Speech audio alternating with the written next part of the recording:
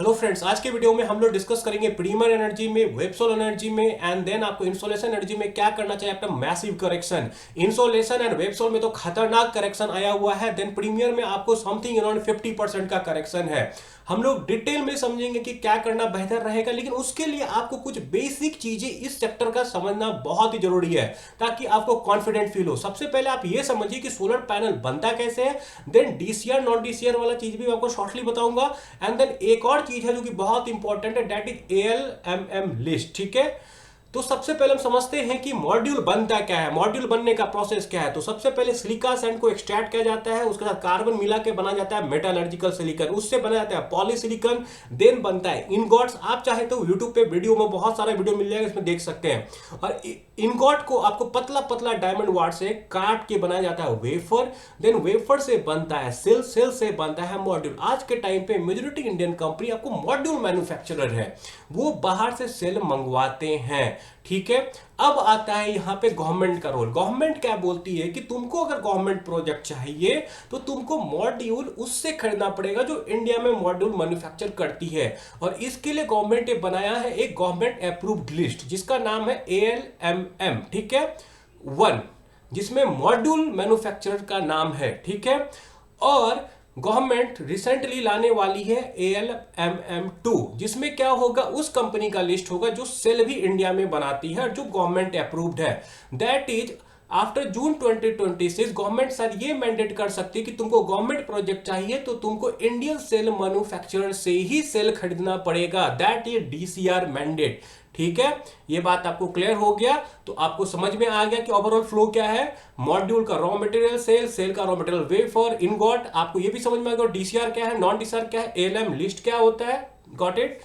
अब हम आते हैं सोलर सेल टेक्नोलॉजी के बारे में डिस्कस करते हैं। यहां पे पहला टेक्नोलॉजी है मोनोपर्क, देन है टॉपकॉन, देन है एचजेटी। पर्क आपको हो गया पास्ट, टॉपकॉन है प्रेजेंट एंड एचजेटी है आपको फ्यूचर। ठीक है, कैसे देखिए, इसका एफिशिएंसी था मोनोपर का 20 से 22%, आपको टॉपकॉन का है 22 से 24%, एचजेटी का है 24 से 26%। लेकिन एचजेटी वाला जो सेल होता है वो काफी महंगा होता है, वहीं पे टॉपकॉन आपको सस्ता होता है। मतलब आप समझ लो तो पर्क और एचजेटी के बीच का प्राइस में होता है टॉपकॉन। और टॉपकॉन का अगर आप देखोगे एफिशिएंसी है 22 से 24%, इसका है 20 से 22%। आप बोलोगे कि बहुत ज्यादा तो फर्क नहीं है सर, लेकिन मैं आपको एक बार बताता हूं, 20 से 22% और 22 से 24% के बीच में ना आपको 10% का फर्क है। 10% ज्यादा एफिशिएंट होना सोलर मॉड्यूल का मतलब होता है कि 10% कम लैंड लगेगा, और जो कंपनी आपको इलेक्ट्रिसिटी जनरेट करने के लिए आपको लैंड खरीदती है उसका 10% पैसा बचेगा, तो ये उनके लिए तो बहुत ही अच्छा डील है ना। आप ये बात समझो, इस तरह से सोचो। और टॉपकॉन में भी आज के टाइम पे जो चल रहा है उसका नाम है G12R। आज के टाइम पे मेजॉरिटी कंपनी G12R में जा रही, ये कम जगह में ज्यादा एफिशिएंट होता है। दैट इज इनका सेल का साइज रेक्टेंगुलर होता है और ये काफी एफिशिएंट होते हैं।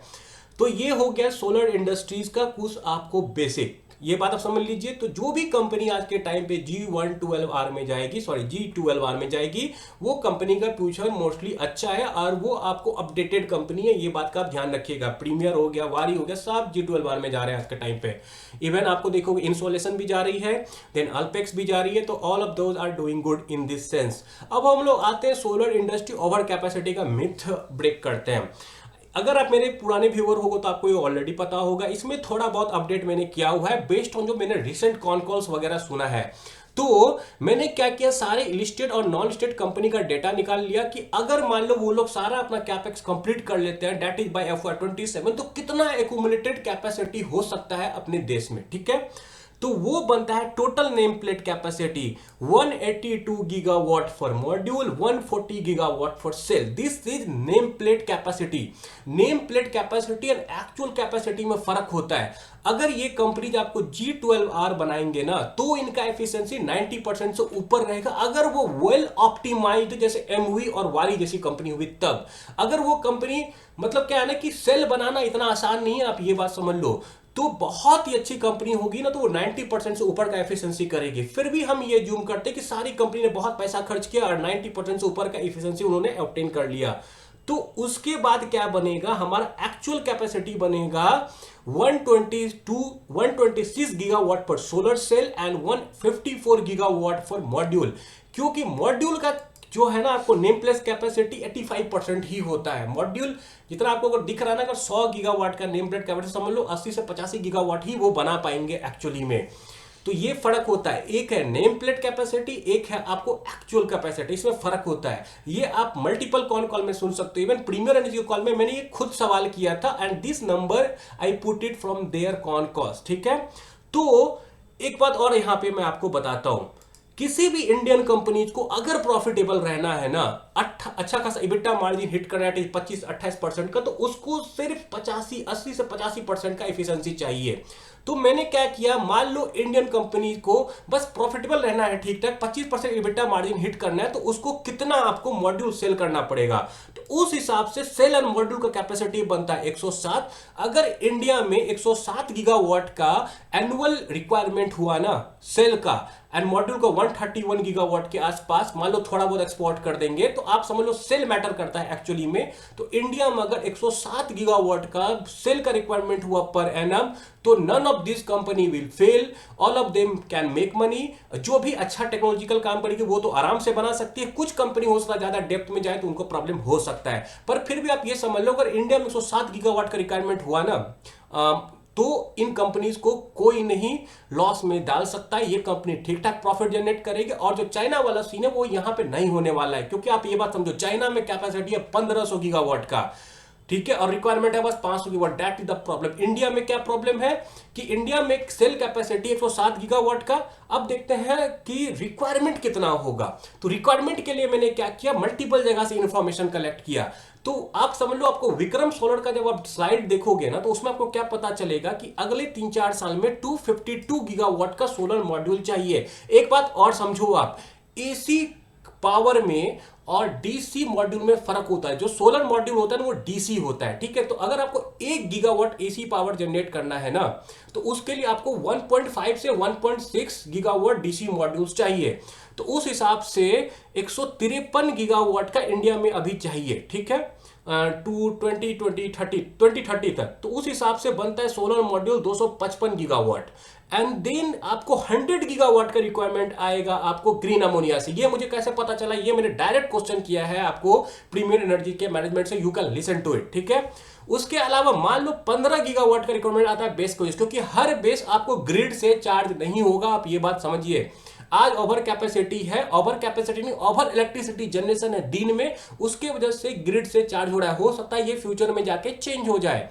तो आप ये समझ लो, इंडिया में जो कैपेसिटी बनेगा ना, दैट इज रिक्वायरमेंट बनेगा, वो बनेगा 342 गीगावाट से लेके 367 गीगावाट। देखिए मैं आपको क्या बताता हूं, ये जो आपको रिक्वायरमेंट है ना, ये मोस्टली आपको FY 28, 29, 30, क्योंकि मेजोरिटी कंपनी का जो आपको कैपेक्स कंप्लीट होगा ना, वो FY 27 तक होगा। तो मेन जो ट्रबल होगा ओवर कैपेसिटी का, जो मिथ है एक तरह से, वो आपको FY 28 से ही आएगा, ठीक है। तो हमें ये देखना है कि ये जो कैपेसिटी है, दैट इज ये जो रिक्वायरमेंट है, इसके हिसाब से सोलर सेल ज्यादा है कि कम है। तो इसे अगर हम ईयरली हिसाब से डिवाइड करें तो कितना बनता है, ईयरली मतलब हमें रिक्वायरमेंट होगा 114 गीगावाट से 122 गीगावाट का। ये आप क्लियर कर लो, एज्यूमिंग कि हमारा पीएम कुसुम ये सब जो डिमांड है, इस हिसाब से मैंने कैलकुलेट किया है। तो टोटल आपको जो ईयरली डिमांड बनता है वो 114 से 122 गीगावाट का बनता है। और आपको प्रोडक्शन कितना है, 107 गीगावाट का। तो दिक्कत नहीं है, क्लियर हो गया ये बात, तो कहीं पे भी दिक्कत नहीं है, ये बात आप क्लियर कर लो। उसके अलावा भी वारी एनर्जीज के मैनेजमेंट बोलना था कि आप लोग एक्सपोर्ट का टेंशन मत लो, एक्सपोर्ट आराम से हो रहा है। यहां पे एक कॉन्सेप्ट आता है कंट्री ऑफ ऑरिजिन का, कि यूएस में क्या होता है ना, उस कंट्री के हिसाब से टैक्स लगता है जहां से हमने सेल खरीदा है। तो हम किसी ऐसी कंपनी से सोलर सेल्स खरीद लेंगे जहां पे कम टैक्स लगता है, तो हमारा काम तो हो जाएगा, हमें कोई दिक्कत नहीं है। वैसे भी हमारा यूएस में प्लांट है, तो Waaree energy is one of the good exporter to USA. तो आप उसका टेंशन मत लो, उनका तो ठीक ठाक यूएस में ही जाने वाला है आपको मॉड्यूल वगैरह। इवन आज के टाइम पे भी उनका ऑर्डर बुक 60% यूएसए से है। तो इससे हमें क्या पता चला, सबसे बड़ा इंपॉर्टेंट चीज, कि सोलर ओवर कैपेसिटी जो है वो मोस्ट लाइकली आपको एक मिथी है। अब हम लोग क्या करते हैं, प्रीमियर एनर्जी को जाके इंडिविजुअली देखते हैं। देखिए सबसे पहले मैं आपको ये बताता हूँ कि ये क्रैश ये प्रीमियर एनर्जी में आया क्यों है रिजल्ट के बाद। अगर आप देखोगे उनका year on year revenue jump नहीं हुआ है, रेवेन्यू में हार्डली आपको 10% के आसपास का जंप है, 10% थोड़ा सा ज्यादा है उससे। लेकिन आपको दिखेगा कि पैट काफी जंप हो गया है, ठीक है। उसका क्या रीजन है, उसका रीजन है लो डेप्रिसिएशन इन दिस क्वार्टर। यहाँ पे 152 का है, यहाँ पे 70 का है। तो ये जो पैट जंप है ना, ये डेप्रिसिएशन कम होने की वजह से आया है। ये बात क्लियर हो गया। तो रिजल्ट एक्चुअली में उतना अच्छा नहीं है, पर हमें क्या देखना है, फ्यूचर में कैसा रिजल्ट आ सकता है। फ्यूचर में इनका रिजल्ट अच्छा आ सकता है। उसका रीजन क्या है, आप देखिए इनका ऑर्डर बुक आज के टाइम पे 13,723 करोड़ का है, और ये ऑर्डर बुक इनको डिलीवर करने अगले 18 महीना तक, 18 से 24 महीने तक, ठीक है। तो उस हिसाब से इनका बनता है अगला साल 6 से 7,000 करोड़ मिनिमम रेवेन्यू, ठीक है। तो अगर रेवेन्यू अप होगा तो इनका आपको पैट भी तो अप होगा ना 50-70%। तो उस हिसाब से इनका पी रेशियो गिरेगा। तो हो सकता है जब सेंटीमेंट सुधरे, मार्केट सुधरे, प्राइस विल रिवर्स, चांसेस बहुत हाई है। और मुझे कॉन कॉल से ये रियलाइज हुआ कि सेंटीमेंट इज इंप्रूविंग। आप चाहे तो वारी का कॉल जाके सुन सकते हो, प्रीमियर का। Sentiment is improving in this sector, no people are realizing कि ऐसा कुछ नहीं है। बस ये क्या होता है ना कि चाइना में ऐसा हुआ था तो यहां पर ऐसा हल्ला हो गया। चाइना में क्या है ना कि 1500 गीगावाट का कैपेसिटी है और रिक्वायरमेंट बस समझ लो कि 500 गीगावाट का ही है। तो एक्चुअल ओवर कैपेसिटी यहाँ पे क्या है, 110 गीगावाट का रिक्वायरमेंट है, उतना ही हमारा प्रोडक्शन होगा ऑन ऑप्टिमिस्टिक लेवल, ठीक है।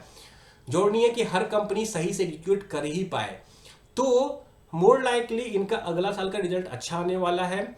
तो हो सकता है शेयर प्राइस रिकवरी आ जाए। This is not a buy sell recommendation, पर company is not at a price कि यहां से आप सेल करो। मैं उसका एक और आपको टेबल दिखाता हूं। देखिए सबसे पहले तो आप ये समझ लीजिए प्रीमियर एनर्जी का कैपेसिटी कैसे जंप हो रहा है। जैसे इनके पास था ओल्डर में 5.1, उससे ये लेके जाएंगे 10 गीगावाट के आसपास मॉड्यूल वाला। सेल में 3.3x का जंप आने वाला है। इनगॉट वेफर में भी ये जा रहे हैं।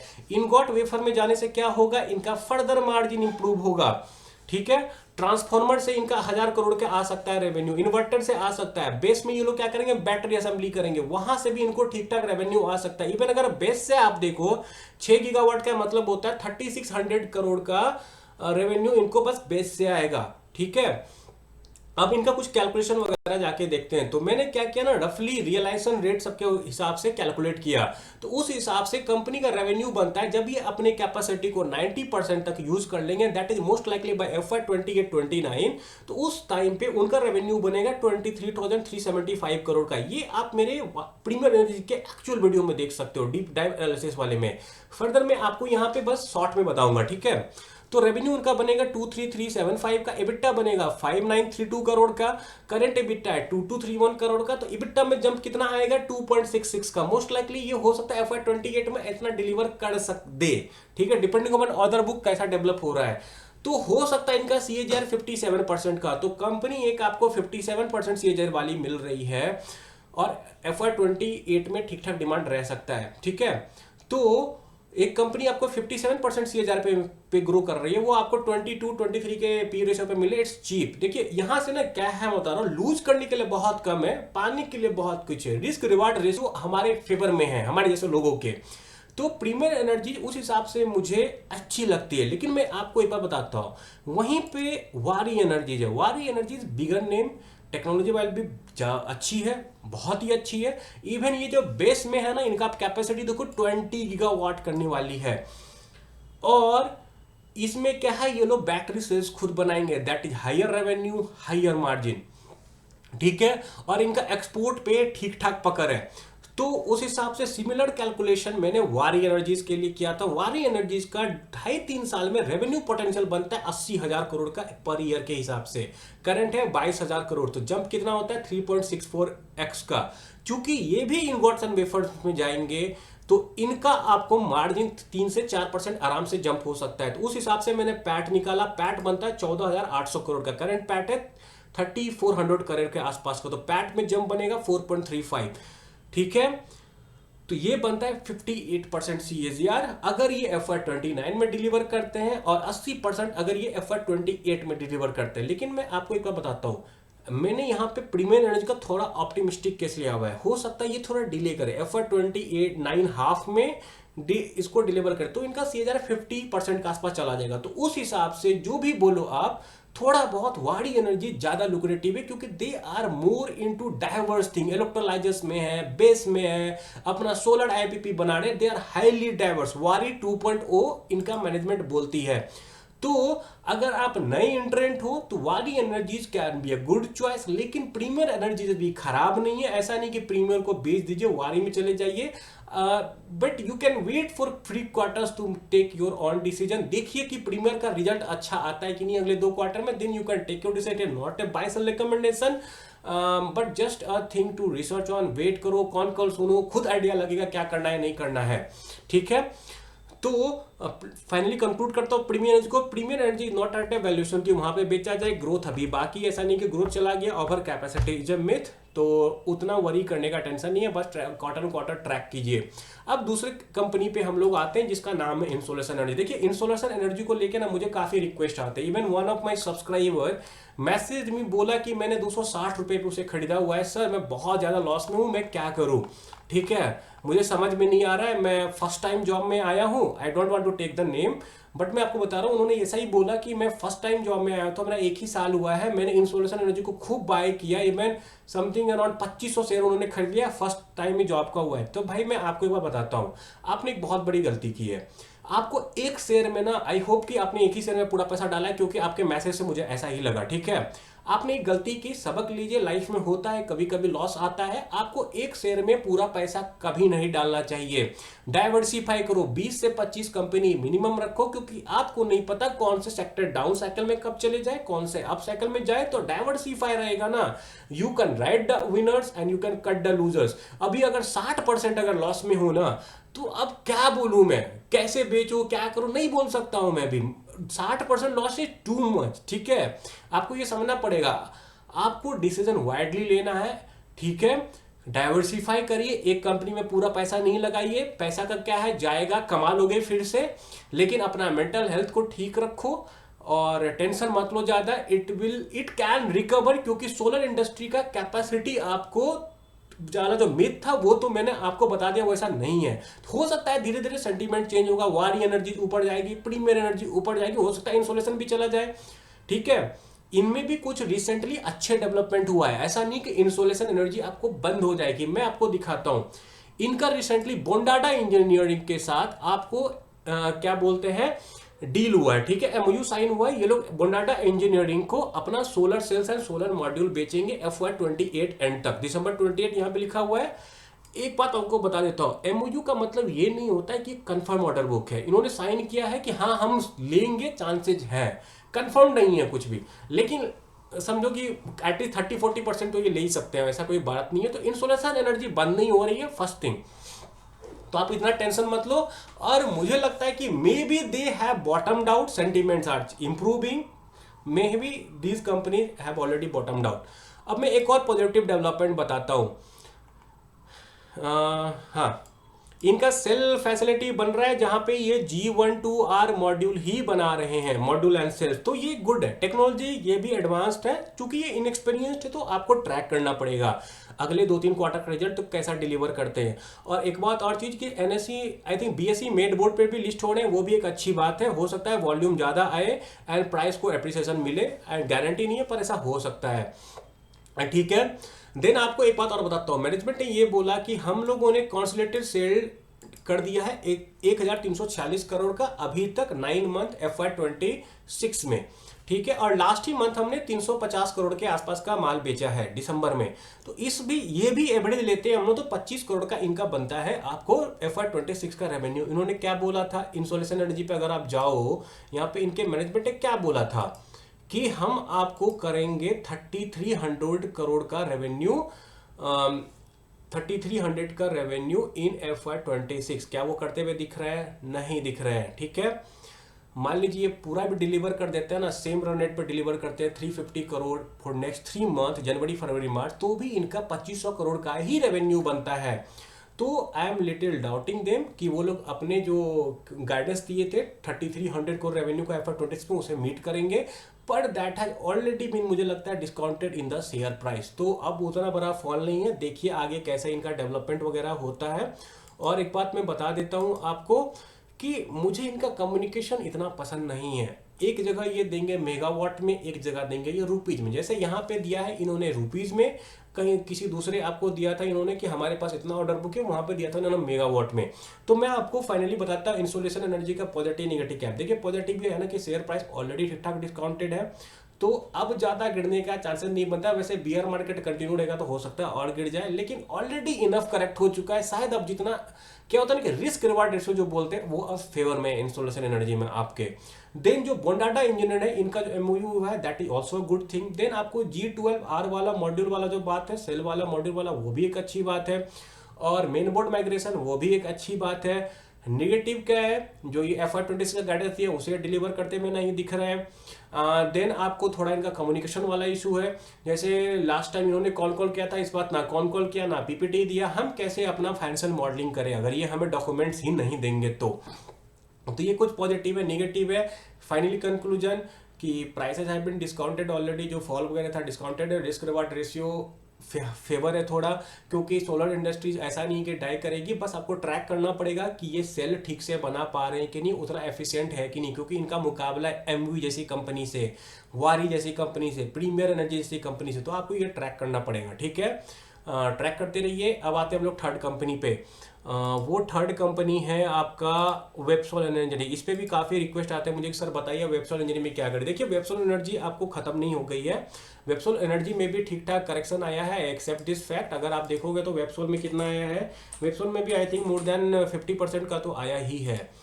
तो हाँ, मोर देन 50% वेबसोल में भी करेक्शन है। PE रेशियो 15 का है, तो PE रेशियो महंगा नहीं है। ये कंपनी अपने पैट को अगले 3 साल में 6 गुना से 5 गुना तक तो आराम से कर सकती है। मैं यहाँ पे 2 कैलकुलेशन किया हुआ हूँ, आप मेरा वेबसोल का फुल वीडियो देख सकते हो, ड्यू टाइम एनालिसिस वाला। तो कंपनी का पैट अगले 3-3.5 साल में 4.5 से 6 गुना हो सकता है। तो CAGR बनता है 46% का। क्योंकि देखिए अब ना क्या होगा कि सारी कंपनी सोलर सेल्स बनाएंगे, ठीक है, तो अब इनका कंपटीशन बढ़ जाएगा। तो हो सकता है इनका मार्जिन थोड़ा 40 से घट के 35-30 तक आ जाए। इसको आप ट्रैक करते रहिए, अगले 2 क्वार्टर आपको सब पता चल जाएगा क्या होने वाला है नहीं होने वाला है। तो हम लोग एज्यूम कर रहे हैं कि 30% EBITDA मेंटेन कर लेंगे, क्योंकि बाकी कंपनी का भी उतना ही EBITDA होने वाला है। तो उस हिसाब से इनका CAGR बनता है 46% का, तो खराब नहीं है। 15 PE के हिसाब से अगर 46% CAGR से ग्रो करे तो कंपनी सस्ती ही है उस हिसाब से। रिस्क रिवार्ड रेशियो यहाँ पे भी फेवर में, बस ट्रैक करना पड़ेगा कि इनका भी प्लान है इनगॉट्स एंड वेफर में जाने का। आपको देखना पड़ेगा कि ये बना सकते हैं कि नहीं। अब मैं फाइनली कंक्लूड कर देता हूं कि प्रीमियर एनर्जी वाले जो है उनमें हो सकता है कि अब करेक्शन इनफ हो चुका है, रिस्क रिवार्ड रेशियो फेवर में है, कंपनी का रिजल्ट आगे अच्छा आ सकता है, डेवलपमेंट्स भी अच्छे हुए हैं। इंसोलेशन एनर्जीज में कुछ डेवलपमेंट अच्छा है, कुछ चीजें निगेटिव लगती है, जैसे कॉल वगैरह नहीं करते, PPT वगैरह नहीं देते हैं, कम्युनिकेट उतने अच्छे से नहीं करते हैं, ट्रांसपेरेंसी नहीं लगता है मुझे। वेबसोल में क्या है कि PPT वगैरह नहीं देते हैं, कॉल नहीं, PPT देते हैं, कॉल नहीं करते, तो वो एक प्रॉब्लम है। तो मैं फाइनली कंक्लूड करें, नंबर 1 प्रीमियर एनर्जी, नंबर 2 में थोड़ा सा टाई है वेबसोल और इसमें। वेबसोल चूंकि सेल्स में ऑलरेडी काम करती है तो वेबसोल को नंबर 2 पे रखते हो, इंसोलेशन नंबर 3, लेकिन तीनों इनफ करेक्टेड है कि ज्यादा फॉल नहीं दिखता अब यहाँ से, लेकिन रिस्क रिवार्ड रेशियो फेवर में रहता है। देखिए none of these are buy sell recommendation, आप अपना डिसीजन खुद लीजिएगा। मेरा एनालिसिस में आपको हेल्प करे, थोड़ा कॉन्फिडेंस दे, अगर दे तो प्लीज लाइक से सब्सक्राइब कर दीजिए। और thanks a lot for watching. कोई डाउट होगा तो आप कमेंट सेक्शन में डाल दीजिए। बाय।